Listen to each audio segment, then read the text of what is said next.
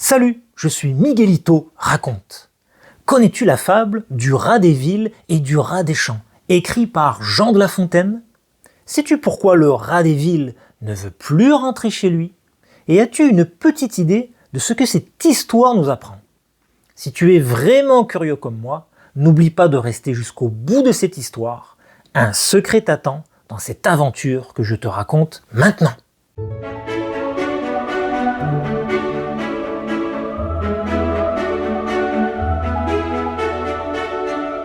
Le rat des villes et le rat des champs. Dans les ruelles pavées de la ville, où les ombres dansantes des réverbères se mêlaient aux lueurs des fenêtres illuminées, vivait le rat des villes. Sa fourrure lisse et soignée témoignait de son penchant pour l'élégance, tandis que son regard trahissait une curiosité insatiable pour les délices de la vie urbaine. Un jour, alors qu'il se promenait dans les allées animées du marché, le rat des villes croisa le chemin d'un autre rat, mais bien différent de lui. C'était le rat des champs, avec ses poils durs et sales. Il avait des yeux brillants de malice qu'il avait sûrement acquis dans les vastes étendues des campagnes. Le rat des villes, intrigué par la simplicité et la force tranquille de son semblable, décida de l'inviter à partager un repas digne des plus grands festins. Sur un tapis de Turquie, au cœur d'une habitation chic, le couvert fut mis avec soin, chaque détail témoignant du raffinement du rat des villes.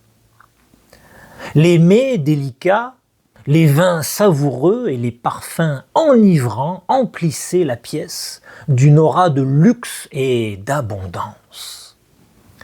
Le rat des villes se délectait de chaque bouchée avec délice, tandis que le rat des champs observait avec émerveillement ce monde plein de richesses et d'opulence qui lui était complètement étranger. Mais soudain, un bruit étrange vint rompre le charme de la soirée. Au début, ce n'était qu'un murmure lointain, mais bientôt il se fit plus distinct, plus menaçant. Le rat des villes leva le museau, ses yeux s'emplirent d'inquiétude. Le bruit semblait provenir de l'extérieur, de la rue sombre qui était de l'autre côté des murs. Des pas pressés, des voix chuchotantes, quelque chose de sinistre semblait arriver. « Que se passe-t-il » demanda le rat des champs, alerté par l'agitation de son compagnon. Le rat des villes se leva brusquement, les sens en alerte. « Je ne sais pas, mais nous devons partir d'ici, tout de suite » répondit-il, la peur se lisant dans sa voix. Sans plus attendre, ils se précipitèrent hors de la salle, laissant derrière eux les restes du festin à peine entamé. À la lumière des étoiles, ils virent une silhouette furtive qui s'approchait dans l'obscurité. « Viens, ne restons pas là !» appela le rat des villes, et le rat des champs le suivit à travers les ruelles étroites et tortueuses de la ville. Les rues étaient désertes maintenant, laissant planer un silence oppressant sur la ville endormie. Mais même dans l'obscurité, le bruit persistait, comme un rappel de quelque chose de dangereux, de menaçant. Ils coururent aussi vite que leurs petites pattes le leur permettaient, cherchant désespérément un refuge loin de cette agitation. Enfin, ils atteignirent la lisière des champs en dehors de la ville, où le silence de la nuit était seulement troublé par le doux murmure du vent dans les herbes. Alors qu'ils reprenaient leur souffle, au bord des champs, le rat des champs brisa le silence qui régnait entre eux. Je suis désolé pour cette soirée gâchée, commença-t-il, sa voix empreinte de sincérité. Mais peut-être devrions-nous continuer notre repas chez moi? Là-bas, nous serons à l'abri de toute agitation. Le rat des villes, reconnaissant de cette proposition, accepta avec un sourire, et ils se mirent en route à travers les sentiers des champs et des prairies. Arrivés à la maison du rat des champs, modeste et chaleureuse, ils furent accueillis par l'odeur réconfortante du foyer. Une simple table en bois était dressée, éclairée par la lueur vacillante d'une bougie. « Ce n'est pas un festin de roi, mais je suis sûr que tu apprécieras, » dit le rat des champs avec un sourire humble. Le repas était composé de plats simples, mais délicieux. Des grains de blé fraîchement cueillis, des baies juteuses et quelques légumes des jardins environnants. Pour le rat des villes, habitué au faste de la ville, cette modestie était, étonnante. Ils mangèrent à leur rythme, sans hâte ni crainte, savourant chaque bouchée dans la tranquillité de la campagne. Le rat des champs partagea des histoires de ses aventures dans les champs, des leçons qu'il avait apprises en vivant en harmonie avec la nature. Le rat des villes écoutait attentivement, réalisant peu à peu la valeur de la simplicité et de l'amitié sincère. Il se sentait apaisé, loin du tumulte de la ville et des faux semblants qui l'entouraient. « Vous pouvez rester chez moi jusqu'à demain, » proposa le rat des champs, sa voix empreinte d'une hospitalité sincère. « Chez moi, rien ne viendra troubler votre quiétude. » Le rat des villes accepta avec gratitude.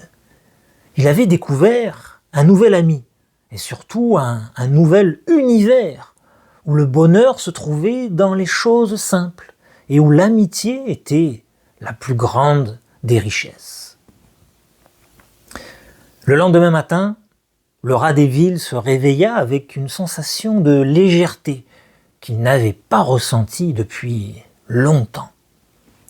Après un petit déjeuner simple mais revigorant, le rat des villes se prépara à partir. Ils se regardèrent avec un mélange de reconnaissance et de tristesse, sachant que leur temps ensemble avait été court mais précieux. « Merci pour tout, » dit le rat des villes, étreignant son ami. « Je n'oublierai jamais cette leçon que tu m'as enseignée. » Le rat des champs sourit, ses yeux brillants d'une joie sincère. « N'oublie pas que tu as toujours une place chez moi, » répondit-il. Les rats se séparèrent avec la promesse de se revoir bientôt.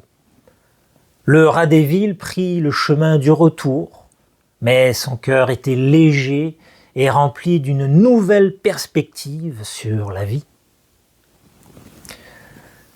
De retour en ville, il ne put s'empêcher de regarder son ancienne vie avec des yeux complètement différents.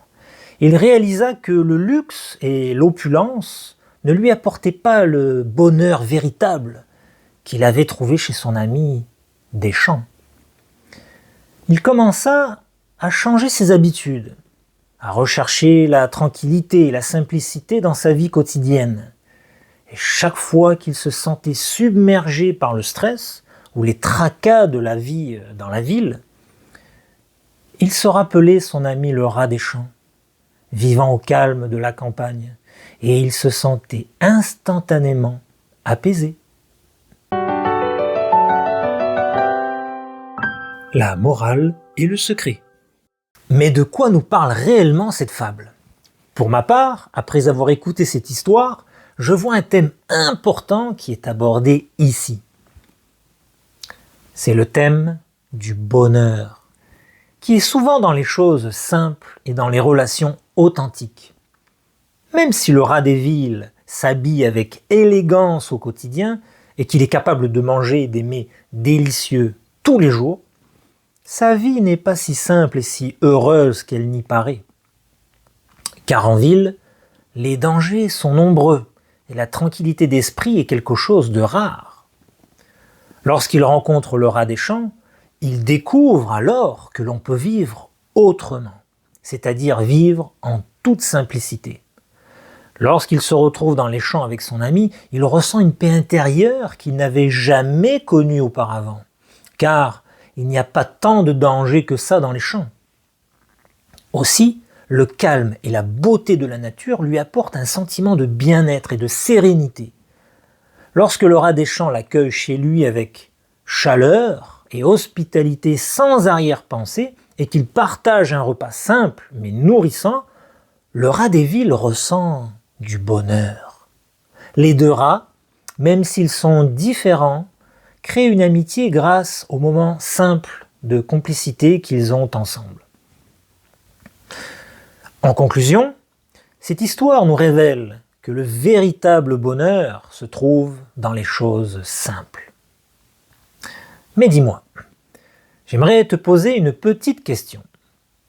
Quelle est la chose très simple qui te rend heureux, toi ? Réfléchis bien et n'hésite pas à partager ta réponse en commentaire. Dans cette histoire, il y a un petit secret vraiment intéressant à savoir sur les rats. Savais-tu que les rats, malgré leur réputation négative, sont souvent considérés comme des symboles de sagesse, de richesse et même de prospérité, en particulier dans la culture chinoise. Le rat est le premier animal du cycle du zodiaque chinois, symbolisant le début d'une nouvelle ère. Dans certaines cultures indiennes, les rats sont vénérés et protégés dans des temples, car ils sont considérés comme des réincarnations d'une déesse, et ils sont traités avec beaucoup de respect. Ils sont nourris quotidiennement avec du lait et des céréales, et leur présence est considérée comme une bénédiction. Si un rat blanc est repéré parmi les rats noirs et les rats bruns, il est considéré comme le plus haut symbole de chance. Au Japon, il est dit que c'est le rat qui a apporté le riz à l'humanité. Voilà, j'espère que tu as aimé cette histoire, et si tu veux en découvrir plein d'autres sur la chaîne, alors dépêche-toi, mes histoires n'attendent que toi. Dans cette histoire-là, tu vas savoir pourquoi les frelons et les abeilles sont sur le pied de guerre pour se départager un si délicieux trésor.